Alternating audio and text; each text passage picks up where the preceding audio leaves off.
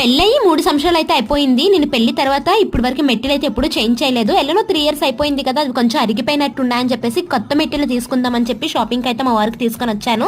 ఇవి కూడా మా వారి చేత పెట్టించుకోవాలని సెంటిమెంట్ అయితే ఉంది, కానీ పాతవైతే నాకు గుర్తుగా ఉంచుకుందామని చెప్పేసి రిటర్న్ అయితే ఇవ్వలేదు.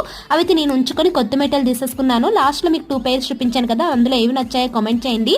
నేనైతే 6 గ్రామ్స్ పడ్డాయనమాట, తీసేసుకున్నాను. చాలా మందికి మన సాంప్రదాయం ప్రకారం పెళ్ళైనాక ఆడవాళ్ళకి మెట్టెలు పెడుతూ ఉంటారు కదా, అది మనకి ఆచారంగానే వస్తుంది. కానీ మెట్టెలు ఎందుకు పెట్టుకుంటారో చాలా మందికి తెలియదు.